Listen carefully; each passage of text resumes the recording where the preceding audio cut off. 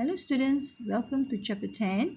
Now in this chapter, we're going to take a look at the transport system in living things.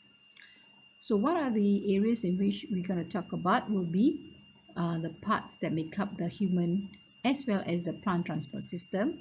How do the parts of the transport systems work together in order to transport substances? And how does the transport system in living things affect other systems in our body? So before we go into the details of the human and plant transport system, let's take a look at some of the general idea that we need to understand. Okay, what is a system? A system is made up of different parts which work together to perform a certain function. So in our daily life, we understand that the purpose of a transport system that we have is actually to transport people, to carry goods from one place to another. So what are the parts that make up our public transport system?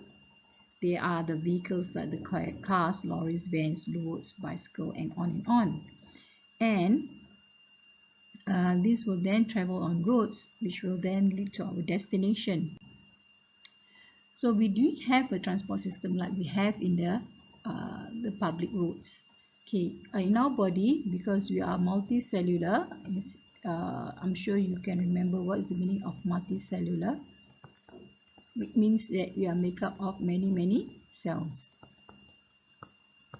Okay, so that's the reason why we need a transport system is because we are multicellular, and our transit system is made up of it's called the circulatory system, and they are made of blood vessels, and the heart. For plants, the transport system is much simpler. It's made of the xylem and the phloem. Now, these are the things that we're going to cover in this topic. 10.1, why do organisms need transport systems? 10.4, how do substances move into and out of cells? 10.5, why are diffusion and osmosis important in living things? 10.2, how does the human transport system work? And 10.3, how does the plant transport system? Right, 10.1, why do organisms need transport systems? Now, in the previous chapter, we talked about unicellular organisms.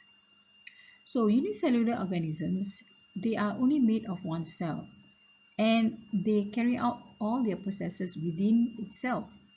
So there's no part of the cell which is far from the external environment. Any exchange of materials occur only by diffusion. Now, what is diffusion? We're going to take a look in the next few slides.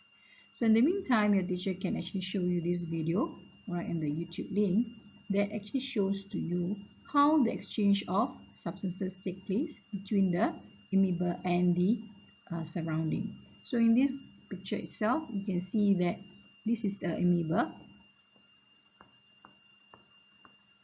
Okay, so the nutrients and the useful substances like the oxygen will diffuse or move into the cell, whereas the waste products will then exit the cells. So we have understood that unicellular do not require a transport system. Now, multicellular organisms are different. We are made of millions and millions of cells, and diffusion is not enough for the transport of nutrients into the living thing. The reason is because we are made of millions of cells which are found deep inside our body. For example, our organs and the heart and the liver and so on and so forth, which is very far away from the external environment. So therefore, in order for the nutrients to be able to reach into the cells deeper in the body, it requires a transport system. Now in 10.4, we're going to take a look at osmosis and diffusion in greater detail.